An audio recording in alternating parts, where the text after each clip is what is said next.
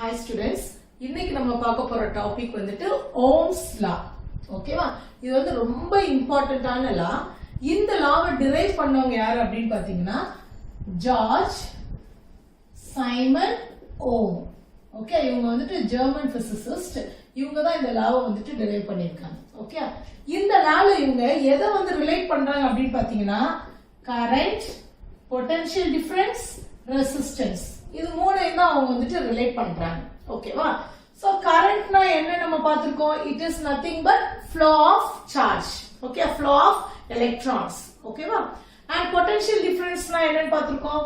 So charge வந்து ஒரு எண்ட்ல இருந்து இன்னொரு எண்ட் பாஸ் ஆகிறதுக்கு எவ்வளவு வேலை பண்ணுது, எவ்வளவு ஒர்க் பண்ணுது, இதை வந்துட்டு நம்ம பொட்டன்ஷியல் டிஃபரன்ஸ் அப்படின்னு சொல்லுவோம். ஓகேவா? இன்னும் ஷார்ட்டா சொல்லணும் அப்படின்னா இப்ப கரண்ட்ங்கிறது ஃப்ளோ ஆஃப் எலக்ட்ரான்ஸ், பொட்டன்ஷியல் டிஃபரன்ஸ்ங்கிறது அந்த எலக்ட்ரான்ஸ்க்கு ஃபோர்ஸ் கொடுக்கிறது. ஓகே, ஃபோர்ஸ் ஆஃப் எலக்ட்ரான்ஸ் அப்படின்னு சொல்லலாம். ஓகேவா? சோ ரெசிஸ்டன்ஸ் அப்படின்னா ரெசிஸ்டன்ஸ் என்ன பண்ணும், இந்த ஃப்ளோ ஆஃப் சார்ஜ் அப்போஸ் பண்ணுது, தடுக்குது, அதுதான் ரெசிஸ்டன்ஸ் அப்படின்னு சொல்லுவோம். ஓகே, இந்த சார்ஜ் ஃப்ளோவை வந்து தடுக்கிறத வந்துட்டு ரெசிஸ்டன்ஸ் அப்படின்னு சொல்லுவோம். ஓகேவா? இந்த மூணையும் தான் இவங்க ரிலேட் பண்றாங்க. ஓகே, சோ ஃபர்ஸ்ட் இந்த லா வந்து என்ன கொடுத்திருக்காங்க அப்படின்னு நம்ம ரீட் பண்ணிடுவோம், அப்ப நம்மளுக்கு ஈஸியா இருக்கும். ஓகேவா? see at constant temperature the steady current I, so current உடைய symbol வந்து I இல்லையா, so I flowing through the conductor is directly proportional to the potential difference V between the two ends of the conductor. Okay, so இந்த லா understand பண்றதுக்கு miss ஒரு example கொடுக்கிறேன். இப்போ வந்துட்டு நம்ம சைக்கிள் வந்து ஓட்டுறோம் இல்லையா, சோ சைக்கிள் வந்து நம்ம பெடல் பண்றோம். சோ நம்ம ஸ்லோவா பெடல் பண்ணோம்னா சைக்கிள் வந்து எப்படி போகும், நம்மளுக்கு ஸ்லோவா போகும். அந்த சைக்கிள் வந்து நம்மளுக்கு ஸ்பீட் இருக்காது, ஸ்லோவா போயிட்டு இருக்கும். இதே நான் நல்லா ஃபாஸ்டா பெடல் பண்ணேன்னா என்ன ஆகும், எனக்கு சைக்கிள் வந்து நல்லா ஃபாஸ்டா மூவ் பண்ணும். ஓகேவா? சோ பெடலிங் நம்ம பண்ணும்போது பெடல் ஸ்லோவா பண்ணோம் அப்படின்னா நம்மளுக்கு அந்த சைக்கிளோட ஸ்பீட் எப்படி இருக்கும், ஸ்லோவா தான் இருக்கும். பட் பெடல் நான் நல்லா ஃபாஸ்டா பண்ணேன்னா சைக்கிள் வந்து என்ன பண்ணும், நல்லா ஃபாஸ்டா போகும், சைக்கிளோட ஸ்பீட் வந்து நல்லா இன்க்ரீஸா இருக்கும். ஓகேவா? சோ புரியுதா? பெடல் இன்க்ரீஸ் ஆச்சுன்னா speed of the cycle increase ஆகுது. நம்ம பெடலிங் பண்றதை கம்மி பண்ணோம்னா சைக்கிளோட ஸ்பீடும் கம்மி ஆயிடுது. ஓகே, அப்ப இதை நான் என்ன சொல்லலாம்னா டைரக்ட்லி ப்ரொபோர்ஷனல் அப்படிங்கிற வார்த்தை இந்த இடத்துல நான் சொல்லலாம். ஓகேவா? சோ அதாவது பெடலிங் இன்க்ரீஸ் ஆச்சுன்னா speed of the cycle increase ஆகுது, பெடலிங் டிக்ரீஸ் ஆச்சுன்னா ஸ்பீட் நம்மளுக்கு டிக்ரீஸ் ஆகுது. ஓகே, இது நம்மளுக்கு கன்ஃபார்மா சொல்ல முடியும்ல, நான் எவ்வளவு பெடல் பண்றேனோ அந்த அளவுக்கு சைக்கிள் வந்து எனக்கு ஸ்பீடா போகும். சரியா? சரி, எப்ப எனக்கு இந்த கான்செப்ட் வந்து தப்பாகும், இது வந்து நான் பெடல் ஃபாஸ்டா பண்றேன் ஆனா எனக்கு ஸ்பீட் அந்த அளவுக்கு போகலே நம்ம எப்ப சொல்லுவோம் அப்படின்னா, இப்ப பயங்கரமா காத்தடிக்குதுன்னு வைங்க. ஓகே, சோ நல்லா காத்தடிக்குது, அப்படி அதே பெடலிங் தான் பண்ணிட்டு இருக்க, பட் உனக்கு சைக்கிள் அந்த அளவுக்கு ஸ்பீடா போகுமா, போகாது. பிகாஸ் நம்மளுக்கு எதிர்காத்து பயங்கரமா இருக்கு, சோ உனக்கு அந்த ஸ்பீட் ஆஃப் த சைக்கிள் வந்து குறைஞ்சிருது. ஓகே, இதுக்கு முன்னாடி நம்ம என்ன சொன்னோம், நான் பெடல் பண்ணேன்னா எவ்வளவு பெடல் பண்ணனோ அதுக்கு தகுந்த மாதிரி சைக்கிள் ஸ்பீடா போகும் நம்ம சொன்னோம். பட் எப்ப இந்த கான்செப்ட் வந்து எனக்கு வந்து கரெக்டா மேட்ச் ஆகல அப்படின்னா எனக்கு ஒரு டிஸ்டர்பன்ஸ் ஆப்போசிட்ல வரும்போது. ஓகே, இப்ப பயங்கரமா எதிர்காத்து அடிக்குது, சோ காத்து நல்லா அடிக்கிறப்ப நீ நல்லா பெடல் பண்ற, பட் சைக்கிளோட ஸ்பீட் உனக்கு இருக்குமா, இருக்காது. ஓகே, சோ எப்ப எனக்கு வந்து இந்த டைரக்ட்லி ப்ரொபோர்ஷனல்ங்கிறது எனக்கு வந்து கரெக்டா சொல்ல முடியாது அப்படின்னா எனக்கு ஒரு டிஸ்டர்பன்ஸ் வருது. என்ன டிஸ்டர்பன்ஸ், இங்க ஏர் டிஸ்டர்பன்ஸ் இருக்கு. சோ ஏர் டிஸ்டர்பன்ஸ் இருக்கிறப்ப நான் பண்ற பெடலிங்க்கு தகுந்த ஸ்பீட் எனக்கு கிடைக்க மாட்டேங்குது. புரியுதா?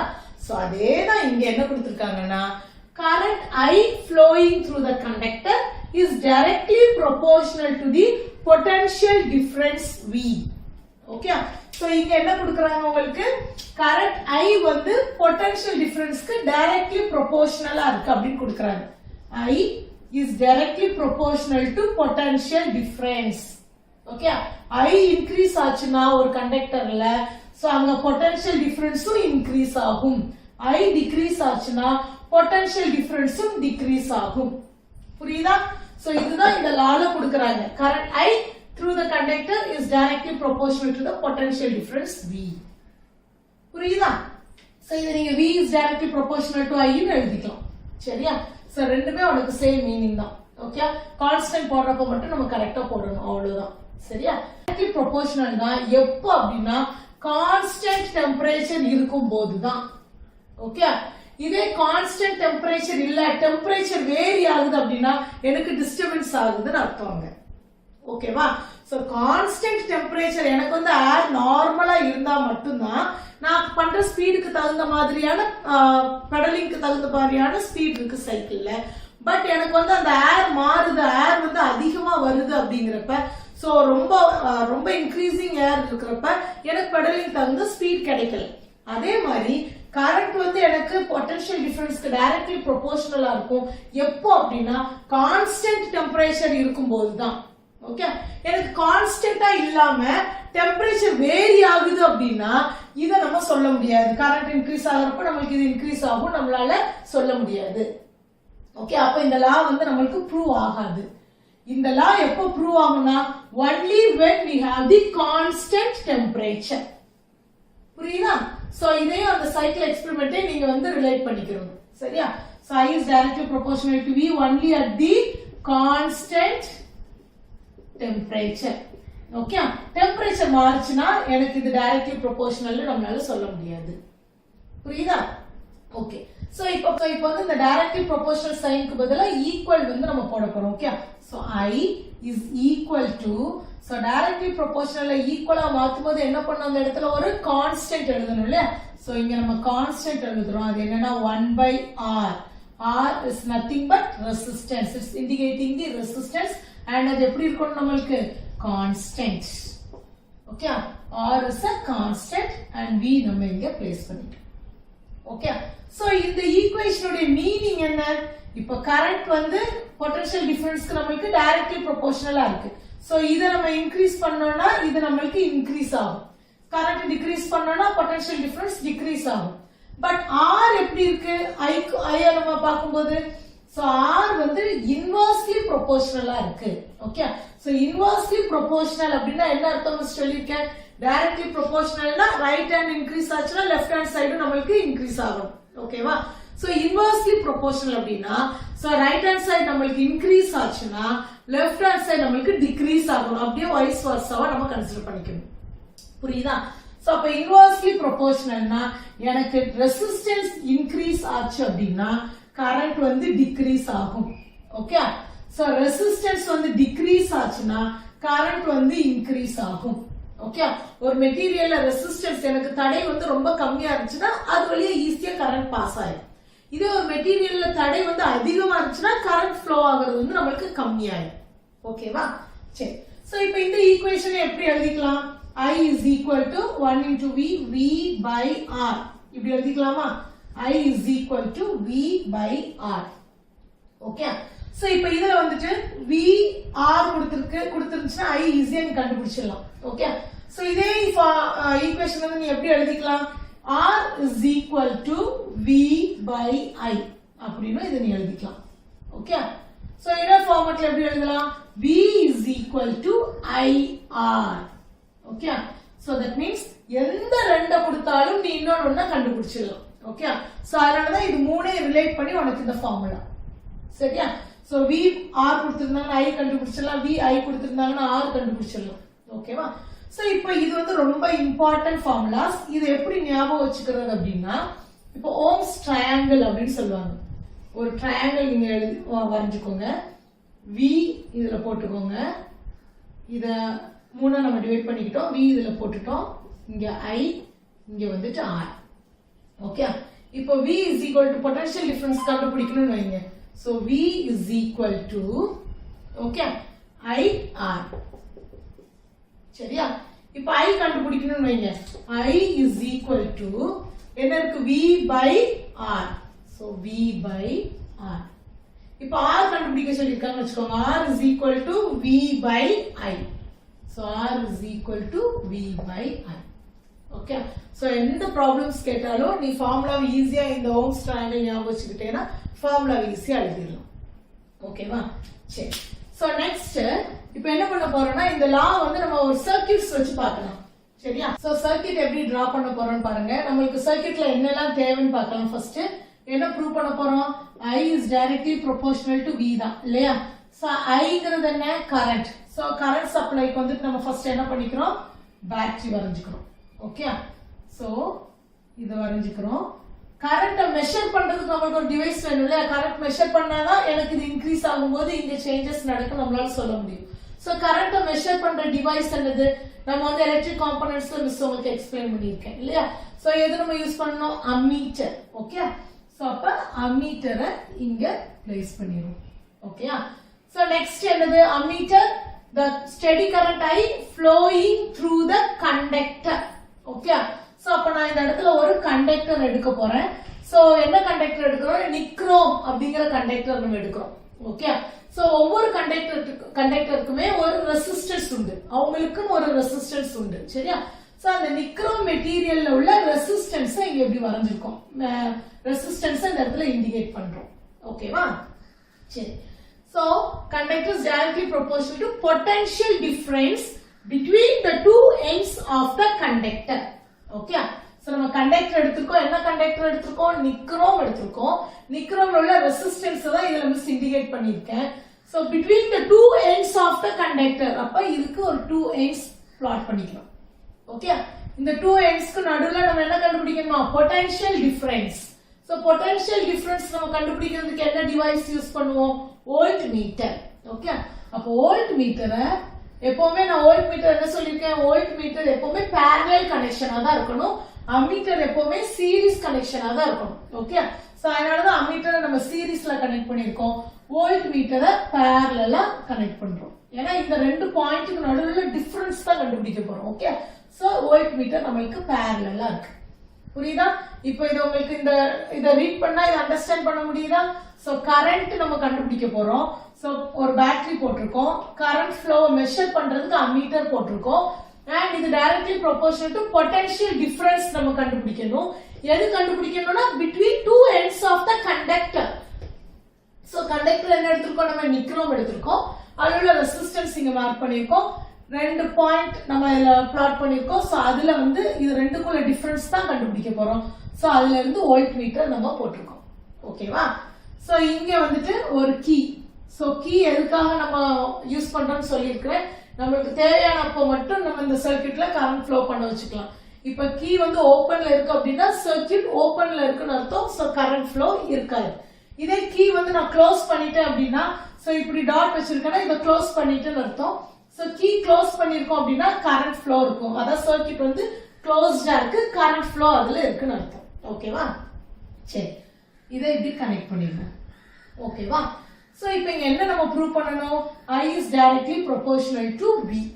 சரியா சோ எப்படி ப்ரூவ் பண்றோம் பாருங்க இப்போ நம்ம இந்த இதுல வந்து கரண்ட் ஃப்ளோ ஆயிட்டு இருக்கு இந்த கரண்ட் என்னங்கறது எழுதிக்கோங்க ஓகேவா சோ நம்ம செல் வந்து ஒண்ணே கனெக்ட் பண்ணிருக்கோம் சரியா சோ கரண்ட் என்ன வேல்யூ இருக்கு எதுல பாப்போம் அம்மீட்டர்ல பாப்போம் அதை இங்க எழுதியாச்சு ஓகே இப்போ வோல்ட் மீட்டர்ல பொட்டன்ஷியல் டிஃபரன்ஸ் என்ன வந்திருக்கு அப்படிங்கறத இங்க எழுதிட்டோம் ஓகேவா சோ இப்போ என்ன பண்ண எனக்கு கரண்ட் இன்க்ரீஸ் ஆச்சுன்னா பொட்டன்ஷியல் டிஃபரன்ஸும் இன்க்ரீஸ் ஆகும் சரியா அப்ப கரண்ட் இன்க்ரீஸ் பண்றதுக்கு நான் என்ன பண்றேன்னா இன்னொரு செல் இதுல ஆட் பண்றேன் ஓகே சோ அப்ப செல் இப்போ இங்க டோட்டலா எத்தனை இருக்கு 2 செல்ஸ் சோ 2 செல் நீ மாட்டனோனே என்ன ஆயிரும் உனக்கு கரண்ட் உனக்கு இன்க்ரீஸ் ஆக ஆரம்பிச்சிடும் இல்லையா சோ அத வந்து எதுல தெரிஞ்சுக்கலாம் அம்மீட்டர்ல தெரிஞ்சுக்கலாம் சோ அப்ப கரண்ட் வந்து உனக்கு இன்க்ரீஸ் ஆகும் ஓகே சோ இப்போ இன்க்ரீஸ் ஆகும்போது இங்க வோல்ட் மீட்டர்ல ரீடிங் நீங்க பாத்தீங்கன்னா அதுவும் உங்களுக்கு இன்க்ரீஸ் ஆதான் இருக்கும்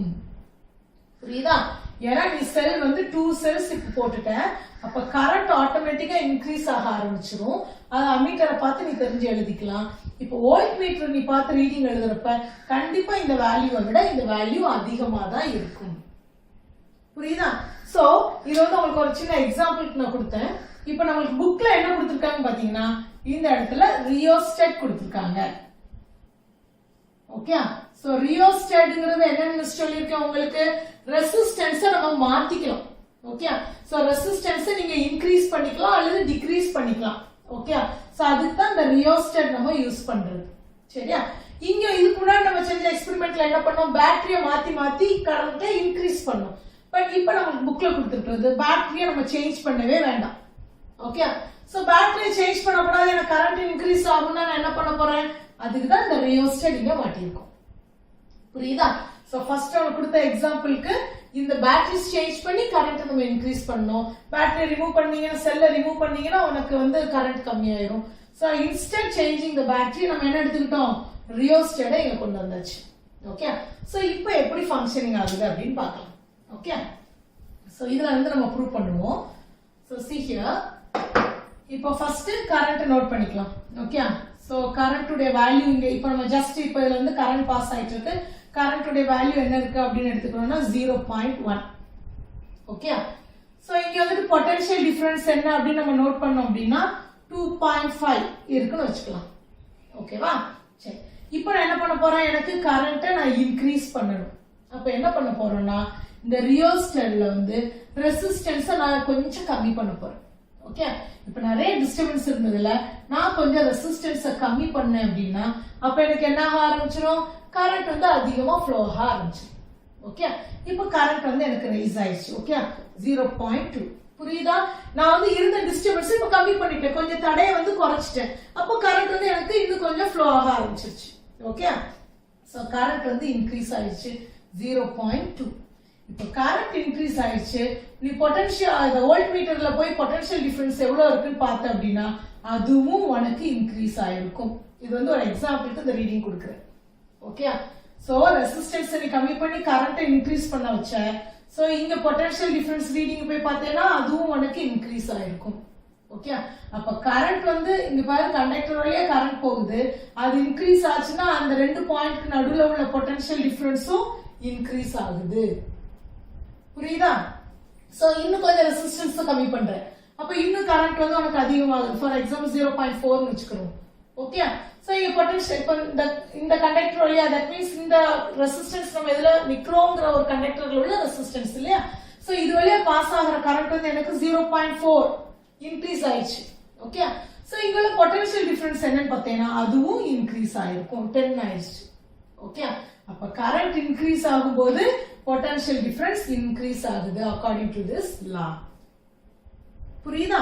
சரி, சோ இப்போ வந்துட்டு நான் ரெசிஸ்டன்ஸ் கண்டுபிடிக்கணும்னு வைங்க. நம்ம ரெசிஸ்டன்ஸ் எப்படி கண்டுபிடிக்கணும், ரெசிஸ்டன்ஸ் ஃபார்முலா என்ன, R is equal to V by I இல்லையா?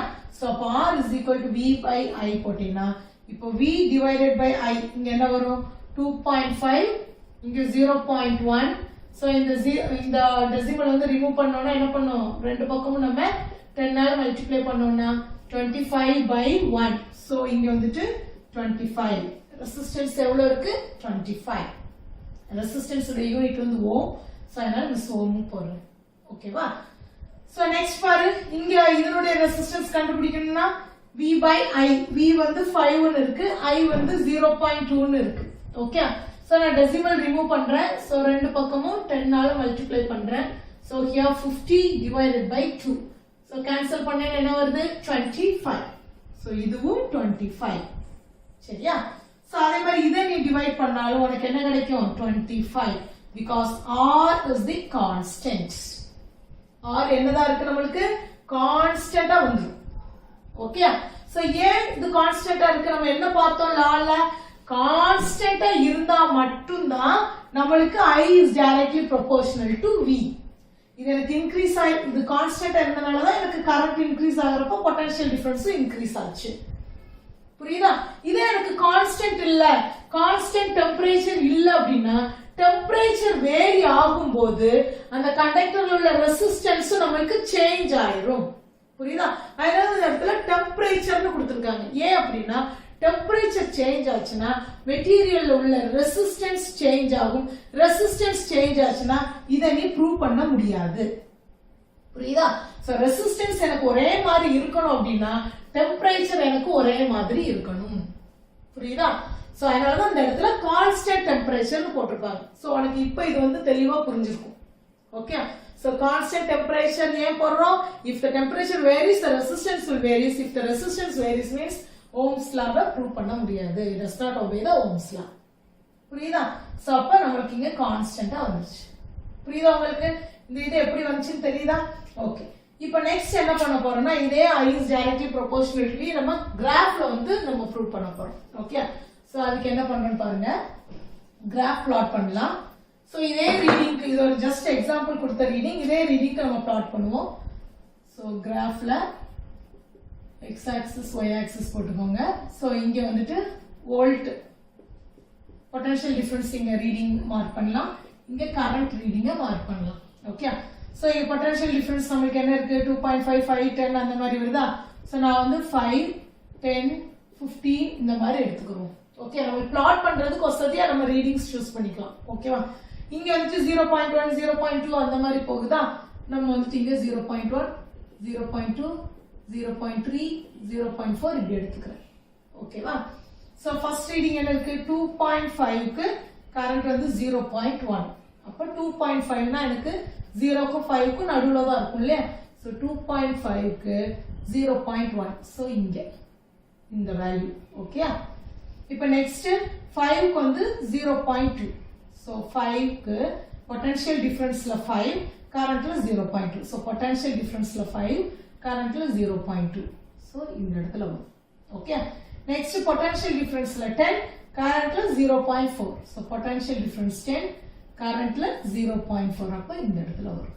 Okay, so it gives the straight line, which means it is indicating so I is directly proportional to V. Straight line வந்துருச்சுனாலே உனக்கு ரெண்டு பக்கமும் directly proportional இருக்குன்னு அர்த்தம். Okay, புரியுதா.